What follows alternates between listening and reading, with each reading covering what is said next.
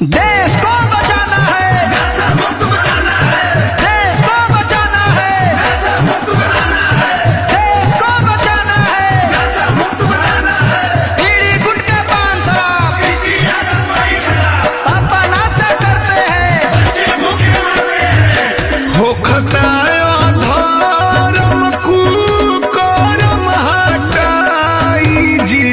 शासन प्रशासन के मनोबल बढ़ाई जी। हाँ, नशवा के जड़ से मिटा के, नशवा के जड़ से मिटा के देश चमकाई जी, नशवा के जड़ से मिटा के देश चमकाई जी, नशवा के जड़ से मिटा के देश को बचाना है,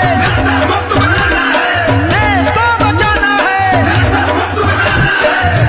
लूट बलात्कार हत्या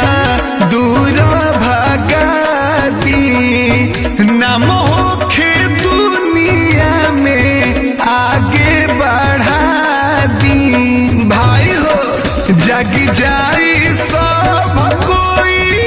सोई न कोई जी, देशवा में रचना रोजे नया नया होई जी, नशवा के जड़ से मिटा के, नशवा के जड़ से मिटा के देश चमकाई जी, नशवा के जड़ से मिटा के देश चमकाई जी, नशवा के जड़ से मिटा के बीड़ी गुटखा पान शराब पापा नाशा करते हैं,